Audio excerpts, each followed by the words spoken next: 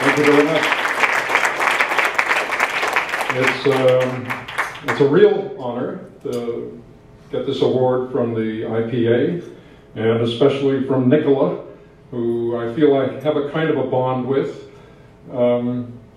It's also a little terrifying considering everyone else who has won this award. I feel very honored to be following in their footsteps. But it's also significant, I think, that this award is being given for the first time to somebody in post-production who does editing and sound, because those two disciplines are really the unique contribution of cinema to the arts. All of the other crafts, production design and photography and costumes and everything else, have long histories going back into prehistory. We don't know who drew the first drawing. We don't know who designed the first costume. But we do know who was the first editor. This is something that just happened almost within living human memory. And we're still learning how to do it. We've only been doing this for barely 100 years. And so we've learned a lot, but there's a lot left to be learned. I've been working in New York for the last couple of months on a documentary about the Large Hadron Collider, looking for the Higgs boson, all of this particle physics stuff. But the office where I'm working is on 25th Street, and when I walk to work every day, I pass a statue of Nikola Tesla.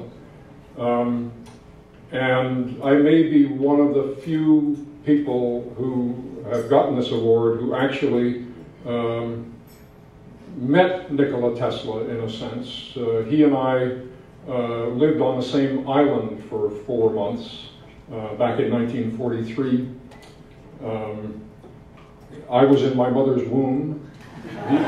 He was living at the age of 86 or something in an apartment, hotel room at the Hotel New Yorker. And unfortunately, I didn't get out of my mother's womb before he passed away. But maybe, just maybe, we passed each other in the street sometime in November of 1942. Just because this award is given for the art and the technology of film, the blending of those two things, I just wanted to make an observation about these two disciplines. And Tesla himself was a prime example of somebody trying to fuse those two things together.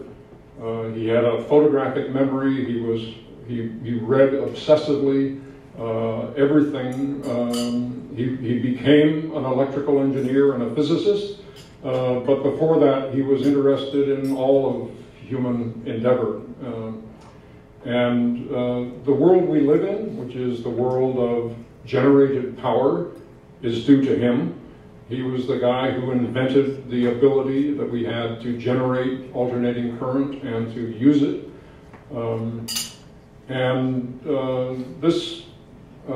The actual way that he discovered this is a fascinating example of how these two things come together. As a young man, he was obsessed with this. He knew that it was going to be possible, but all of his elders, the wiser people, said, forget it. Alternating current is useless. It's theoretically possible, but it can never be made practical. And he kept hammering away at this to the point that he had a kind of a nervous breakdown. His senses got turned up to 1,000%. And this lasted for a month. Doctors claimed it was hopeless. But it eased off, and when it began to relent, he went out for a walk with a friend of his, and the friend was taking kind of good care of him. And they went out, this was in Budapest, they went out into a park, and the friend said, look, Nicola, what a beautiful sunset. And Nicola, who had this perfect memory, quoted a couple of lines from Faust by Goethe concerning, oh, beautiful sunset, if only my imagination could rise up and pursue thee ever westward in thy flight, I could see thee eternally. And he suddenly dropped to the ground and began drawing things in the sand because he'd suddenly gotten the idea of how the alternating current motor would work, which is a rotating field mechanism that is chasing a magnetic field that is always one step ahead of the magnet in the shaft. And this was the breakthrough that allowed this thing to happen. So if anyone ever says to you that you know, art has never made a difference in our life, this is like prime example number one. The world we live in, which is the world of generated electricity, it's inconceivable that we could live in this world without that, is due to Tesla, and it's also due to his understanding of a work of poetry at a crucial moment, which gave him the insight into how this kind of motor should work.